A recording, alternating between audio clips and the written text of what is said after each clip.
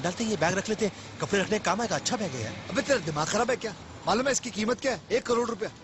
1 करोड़ रुपया?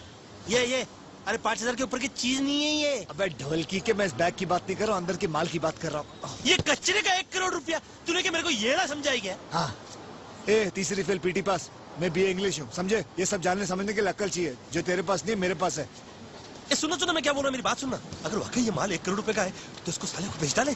कम से कम सारी जिंदगी उस चंपक सेठ के लिए अपना पिछवाड़ा उठा कर मुजरा करने की जरूरत तो नहीं पड़ेगी। अरे 2 गाली मारेंगे उस चंपक सेठ को और सारी जिंदगी ऐश से जिएंगे। क्या बोलता है, इस माल को बेच दे?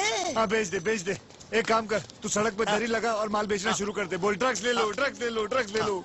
हाँ, पब्लिक आएगी क्या? आएगी ना, वर्दी पहन के आएगी। पुलिस, एक्सक्यूज मी, भेज दे police. But I'm from Russia. Don't ask me stupid questions. क्या बोला ये? इधर आ, तू इधर आ, और तेरे को उठा के लेके जाएगी और 150-200 साल के लिए अंदर डाल देगी।